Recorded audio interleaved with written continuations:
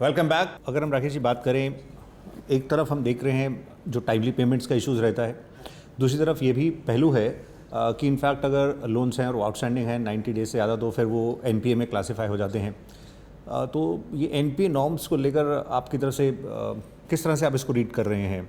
आपका क्या उस फ्रंट पर सजेशन होगा? जो 90 डेज़ का टाइम है, जो नई कंपनीज आ रही हैं, एक गवर्नमेंट को थोड़ा सा इसमें क्राइटेरिया चेंज करना चाहिए।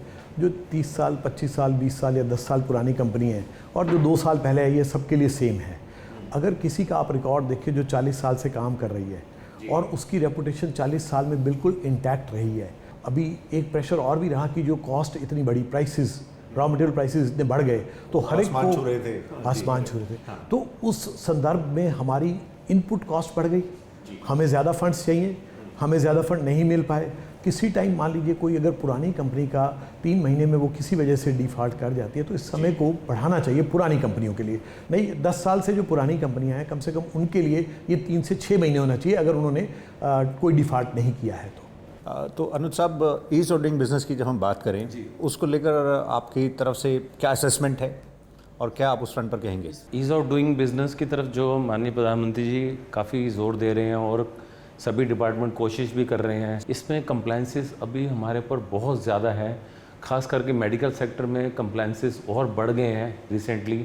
उससे क्या है कि इनपुट कॉस्ट बढ़ रही है। इनपुट कॉस्ट बढ़ेगी तो जो एंड ऑफ द डे जो पेशेंट है जिसका ऑपरेशन होना है उसके ऊपर कॉस्ट इफेक्टिव हो रही है कि कंप्लायंसेस कुछ कम हो, तो उससे क्या है कि थोड़ी इनपुट कॉस्ट कम होगी, मैन पावर कम लगेगी, तो एमएसएमई सेक्टर को भी थोड़ा सा बढ़ावा मिलेगा। धीरज साहब, आप ease of doing business front पर आपका क्या नज़रिया है? हरियाणा के अंदर हमारे माननीय मुख्यमंत्री जी ने काफ़ी ईज़ ऑफ डूइंग बिजनेस में पर्सनली काम कर रहे हैं, जो दिखता है हमें, लाइक मारुति प्लांट, उसका ब्रिंगिंग इन्वेस्टमेंट, कंप्लायंसेस को कम करना, आगे भी ज़रूरत है कंप्लायंस को कम करना। Same time in Haryana what we have felt that I would like to share with you, a new RTS was introduce in Haryana some time before. तो आरटीएस यहाँ आई which is right to service, you everyone knows that. तो right to service के अंदर काफ़ी services हैं जिनका TET है, उस टाइमलाइन के अंदर वो सर्विसेज होंगी। कुछ ऐसी सर्विसेज हैं जो डीम्ड अप्रूव्ड हो जाती हैं, अगर मान लीजिए ऑटोमेटिक हो जाती हैं। इसमें स्कोप ऑफ इम्प्रूवमेंट जो एज इंडस्ट्री देख रही और ईज़ ऑफ डूइंग बिजनेस से क्या होगा, एक आस हमारी गवर्नमेंट ऑफ हरियाणा ने इसमें ऐड करा। AAS stands for auto appeal system, AAS। So उसमें क्या है कि एट टाइम्स एक अप्रेंशन हो जाती है कि सपोज़ हमने कोई एप्लीकेशन फाइल करी, उस एप्लीकेशन को मूव आगे फर्दर करना है, we need to go to someone's office, knock the door, तो होता है। आज के अंदर काफ़ी सर्विसेज सिटीजन एंड एंटरप्रेन्योर्स के लिए है जो ऑटोमेटिक पर्टिकुलर डेज के बाद वो अपील के अंदर चली जाती है, उस लेवल के बाद और कुछ दिनों के बाद नेक्स्ट लेवल पे चली जाती है। So for making ease of doing business right, authentic and in terms वो काम करे, आज to be implemented, this are expectation from the government in all the verticals and all the services. जिस तरह से ये जो रेजिंग एक्सेलरेटिंग एमएसएमई परफॉर्मेंस है, इसमें सेंटर स्टेट जो है कोऑर्डिनेशन और बेटर हो, इसमें एमएसएमईज की ओवरऑल डेवलपमेंट पर फोकस है, इसको आप कैसे दें? तो बहुत अच्छी स्कीम है। स्टेट्स को central government actually is the parent and state governments are से द चाइल्ड, ठीक है ना। तो हम ऐसे लेके चलें और कंट्रोल करना चाहिए बच्चों को। जब तक कंट्रोल करके चलेंगे ना तभी तक रिज़ल्ट अच्छे आएंगे। जब बच्चों को छोड़ देते हैं तो रिज़ल्ट अच्छे नहीं आते। पूरे वर्ल्ड का सबसे ज़्यादा यूथ 2035 में इंडिया में होगा। वर्किंग एज वाले जो यूथ हैं इंडिया में होंगे। इनको अब एम्प्लॉयमेंट कौन दे सकता है? इनको एम्प्लॉयमेंट दे सकती है एमएसएमई। और जब एमएसएमई इन लोगों को एम्प्लॉय कर सकती है तो एमएसएमईज़ की तरफ देखने का नज़रिया सेंट्रल गवर्नमेंट का और स्टेट गवर्नमेंट्स का अलग होना चाहिए। हम आपसे फाइनल कमेंट्स करने से पहले आपसे आपका एक पक्ष चाहेंगे जी।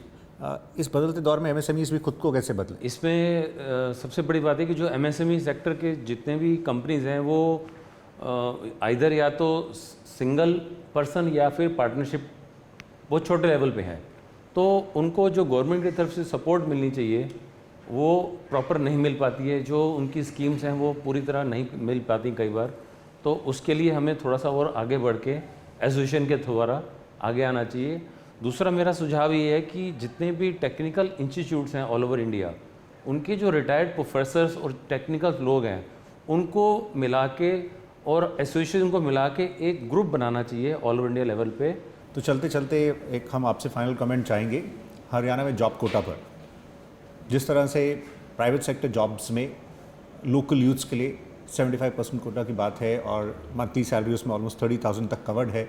इंडस्ट्री की अपनी रिजर्वेशंस रही थी, इसको लेकर आपका फ़िलहाल क्या असेसमेंट है? इस पर्टिकुलर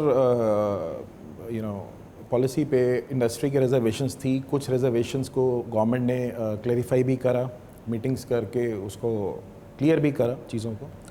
एंड इसमें हमारा एक सबमिशन जो है इस पॉलिसी में, जब भी कोई पॉलिसी आती है तो ऑब्वियसली वो अच्छे के लिए ही आती है, उसकी जो बैकग्राउंड अच्छा ही सोचा जाएगा। बट इम्प्लीमेंटेशन के लिए थोड़ा सा इसमें टाइम फ्रेम हो और उसकी मॉनिटरिंग हो कि सपोज़ इसको 100% इसकी इम्प्लीमेंटेशन से 5 साल में करना है, से 3 साल के अंदर करना है।